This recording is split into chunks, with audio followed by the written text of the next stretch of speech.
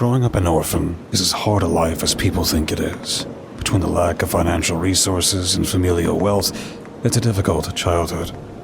But it wasn't always like that for me. In fact, it used to be the polar opposite. I used to have a happy and well-off life with a loving family. We would even regularly go on vacations to luxurious foreign locations to see the world, whether it was surfing on the shores of Hawaii or skiing on the slopes of Switzerland. My family always wanted to provide me and my siblings with these great experiences. They were in the position to do so. Both my father and mother were important government diplomats, with roles constantly sending them across the world. So it made sense that opportunities to recuperate abroad came alongside that. Not to mention the money they earned. I didn't appreciate how extravagant all these trips were at the time, but I certainly do now. It was one of these vacations abroad, ironically, which would cost me my decadent family life and my entire world. Mother, father, brother, sister, gone. I was as excited as I normally was when my family told me about the trip. This time, I was also intrigued. Not only would we be staying at a picturesque beach resort in the Maldives, but it would be in a very special, rare, and new kind of hotel suite. An underwater hotel. I'd vaguely recalled seeing a tour video from guests visiting one such hotel online. It looked so pretty and mesmerizing, like a magical glass room on the ocean floor. It had also looked intimidating to my child mind, like the ocean could envelop you from all sides. All it would take was the glass breaking to instantly drown you. Even my older siblings were a bit frightened, but my parents reassured us. For the amount of money it cost guests, of course it would be safe. So, the day after my school term ended, we departed, flying first class across the Atlantic to the Maldives for a 2-week stay. Driving to the airport that day, I had no idea that I was leaving my normal family life behind forever, and I would be the only one to return. Touching down on the tiny runway in our smaller connecting plane, I was struck by how exclusive this vacation felt. These islands were as far away from the rest of the world as they were vibrant. The luxury resort was as beautiful as I'd imagined, framed by picture-perfect palm trees and sleek wooden buildings, but that was before I even saw the hotel rooms. The real draw of the resort was the ocean villas, rising out of the coastal water itself and connected by an aesthetically winding boardwalk. It was almost like a driveway for a neighbor who lived in the sea. While the porters wheeled our bags across it, I looked down at the crystal-clear water beneath and marveled at the rippling seafloor. My parents had had some concerns over the safety of children, especially one of my age of 9, staying in a villa directly over the water. If I woke up in the middle of the night and stumbled outside, sleepwalking or restless, it could be a drowning hazard. As I wasn't the wandering type, they ultimately dismissed this concern. They had no awareness of the irony that I would be the only one of us not to drown. We checked into the spacious upper level of our villa and took in the beautiful but ordinary interiors. Then, finally, we went downstairs into the water sleeping quarters. It comprised 2 bedrooms connected by a small walkway, and the entire space was enclosed by that transparent domed glass from the advertisements. It was breathtaking. A tropical-themed hotel room below the surface of the water, with glass walls displaying the sea life beneath the water. The light shining down cast a blue glow over our beds, making it feel like a combination of a villa and an aquarium. Even when we retired to our rooms at the end of the day, the ocean experience never had to end. For many who stayed at these rooms at the Lagoon's Paradise Resort, it never would. Overflowing with excitement, I ran to the windows and gawped at the fishes swimming past while my older siblings snapped pictures. Parrotfish, surgeonfish, butterflyfish, a world of tropical sea creatures strolled past and over the window like they were our neighbors, providing a panorama view of their dazzling colors. Our rooms were positioned completely out from underneath the villa. The only structures above us that weren't transparent were the staircase and a dumbwaiter shaft with a tray elevator. This place was so fancy we wouldn't even have to leave this aquatic heaven to get our room service meals. Wow, this is spectacular. But I wonder how strong this glass really is. Mom wondered lightly. keeping any tone of worry out of her voice. "Don't worry, dear." Dad jumped in to reassure her, gently knocking the clear wall with his knuckles. "These windows are meant to be as thick as airplane windows. They're apparently made from the same material. It's probably stronger than the windows on the plane we flew here on." This was enough to reassure Mom and the rest of us. When I bounced on to bed, as I always did in hotels, my parents told me off, but specified it was because I could hurt my head, not because the ceiling could crack. The next few days at the resort were magical, with my family enjoying a variety of fun vacation activities such as snorkeling, paragliding, and jet skiing. It was better than any other holiday I'd been on, flashier and more energetic. The dream holiday for a young boy. In hindsight, there were already suspicious things happening around me under the sunny facade. During our meals in the open-air dining room, I would occasionally notice staff members of the hotel whispering to each other and pointing in our direction. I figured there was a normal thing for waiters to do, to give guests the best service. On the beach, in those spare moments where we had time to sunbathe, local vendors would occasionally stop to offer us various good luck charms. This was to be expected, except that they would insist on us keeping their tchotchkes even before my family paid them. Again, I thought this was just people being nice, and I was all too happy to collect these.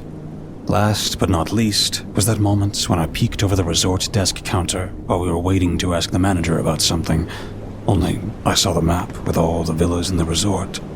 Just as the manager popped behind the desk, I located our room on it. It was one of the few with a red X on it. Strange. Maybe X meant special treatment. It wasn't all weird behavior from the staff, at least. A poolside bartender taught me a cool trick to open my orange soda bottle with a teaspoon when I couldn't find my dad's bottle opener. "Just wedge the thin side here," he said, pressing the curved part of the spoon in the bottle cap. "And push down." With ease, the young man pried the seemingly immovable cap off and handed the bottle back to my awestruck self. I couldn't wait to show my friends how to do this trick. That was more valuable than a lame souvenir. As we rolled into the second week of the vacation and the itinerary became more and more involved, none of my family seemed to notice the strange occurrences. Or if they did, they were too distracted and tired to notice. It seemed that the hotel was intent on keeping us busier with things to wear us out each day. With just a few nights left of our trip, we had our most action-packed day yet.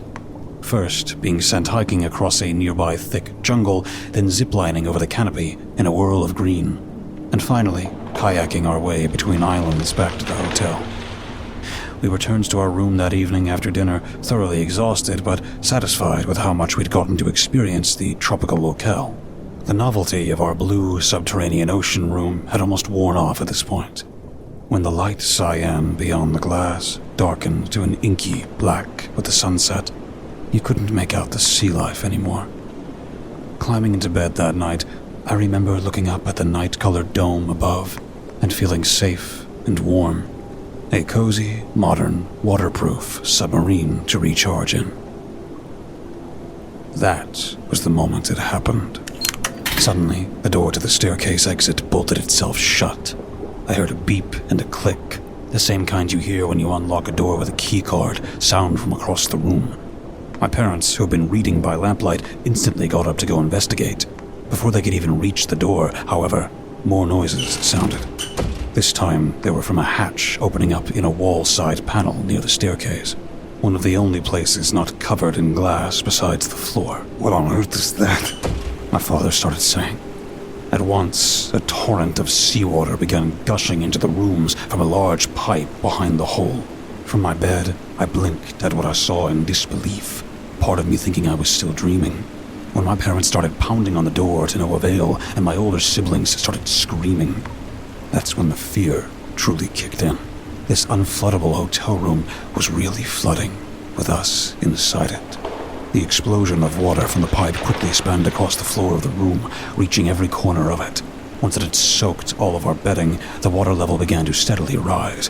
Quint and Kay were petrified, banging on the glass wall and ceiling of the room, as if breaking it would do anything but flood the room faster. Alas, the glass truly was as strong as it had been described to us. In this case, entombing us in this watery grave. As soon as the room was half full, we began treading water like I had done throughout the holiday in the pool and sea. Keep swimming, sweethearts. My mom shrieked between gasps as she tried to pull us all close and above water. There's gotta be a way out of here. My dad roared before diving into the water. He resurfaced, and then again and again. There seemingly wasn't. By this point, Kay was crying. The salt of her tears matched the salt of the seawater splashing against all of our eyes. Next to her, Quinn, normally not the type to feel any cold, shivered uncontrollably in the chilly, tropical water. Pressing up against the glass, I recall somehow glimpsing a grayish fish outside, despite the darkness of the ocean exterior. The random fish paused to glance at our panicked splashing before swimming past.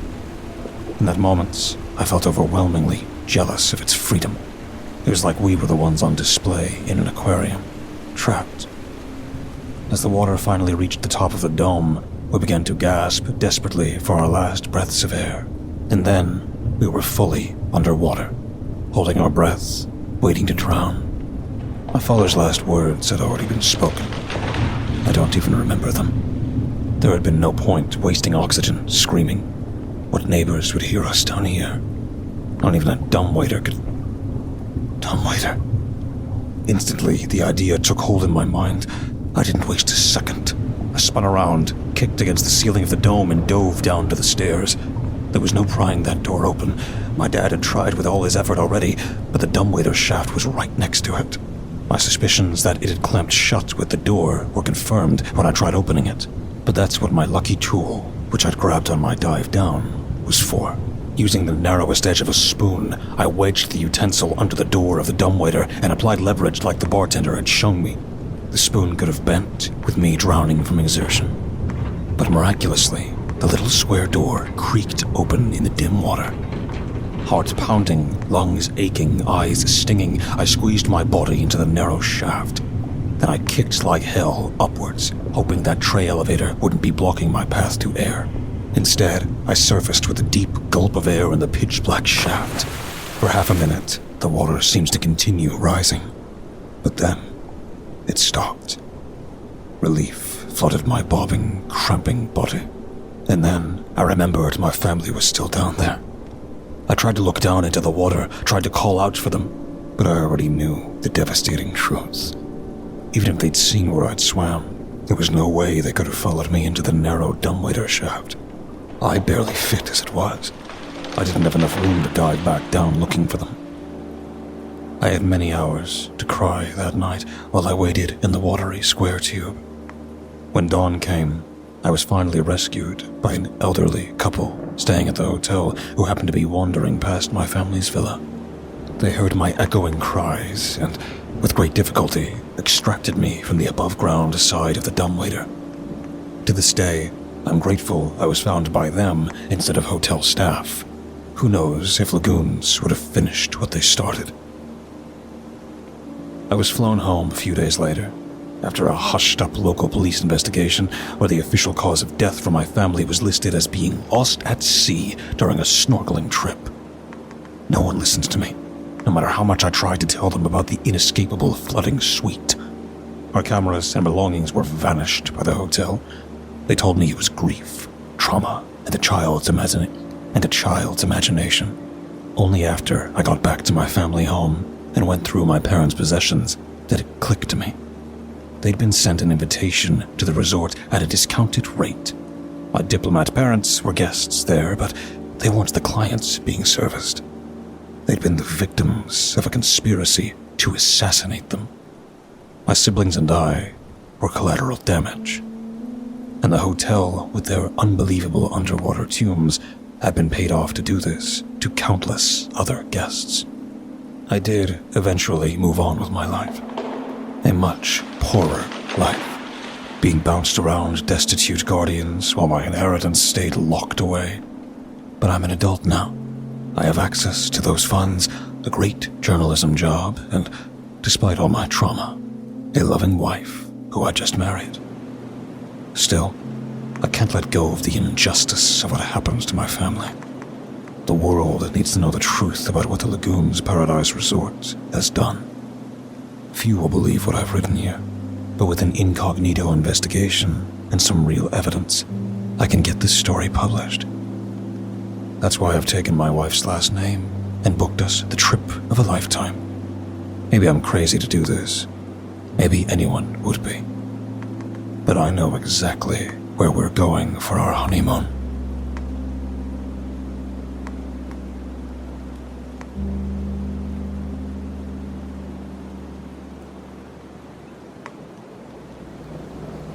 Thank you for listening and delving with me into the dark together.